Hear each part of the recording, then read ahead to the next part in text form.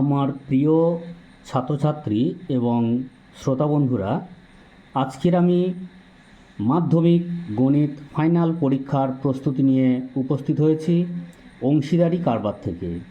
ভিডিওটি সম্পূর্ণ দেখতে থাকো। ভেরি ইম্পর্টেন্ট প্রশ্ন নিয়ে আমি আজকের আলোচনা করছি, মনোযোগ সহকারে দেখো।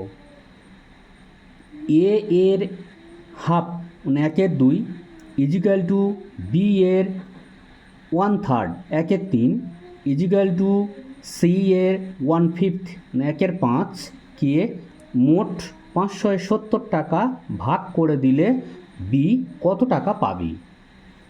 কেমনভাবে উত্তরটা করবে দেখো।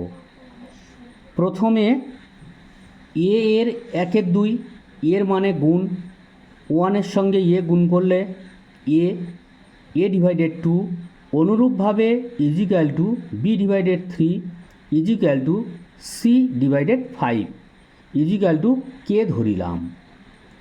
অতএব A is to B is to C equal to, এখানে প্রত্যেকের সঙ্গে কে নেবে, নিয়ে বর্গগুণ করবে, করলে হবে 2k is to 3k is to 5k। প্রত্যেকের মধ্যে কে আছে, কেগুলো তুলে দাও, is equal two 2 is to 3 is to 5।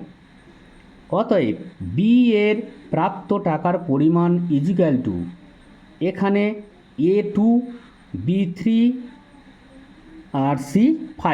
তাহলে বির মান বের করতে বলেছে, বির মানটা লেখো, অনুপাতটা লেখো 3 ডিভাইডেড অনুপাতের যোগফল 5 3 8 আর 2 10, নিচে 10 বসাও, ইন্টু যে টাকাটা বলেছে 570 টাকা, 0 কেটে দাও, 3 সঙ্গে 57 গুণ করো, 171 টাকা। অতএব বি এর প্রাপ্ত টাকার পরিমাণ 171 টাকা। ভিডিওটি কেমন লাগলো কমেন্ট করে জানাবে, এবং যদি ভালো লেগে থাকে লাইক শেয়ার করতে ভুলবে না, এবং চ্যানেলটি সাবস্ক্রাইব করে পাশে থাকবে। আজকের এই পর্যন্ত, আগামীকাল আবার দেখা হবে নতুন এক এপিসোড নিয়ে। ততক্ষণের জন্য সবাই ভালো থেকো, সুস্থ থেকো।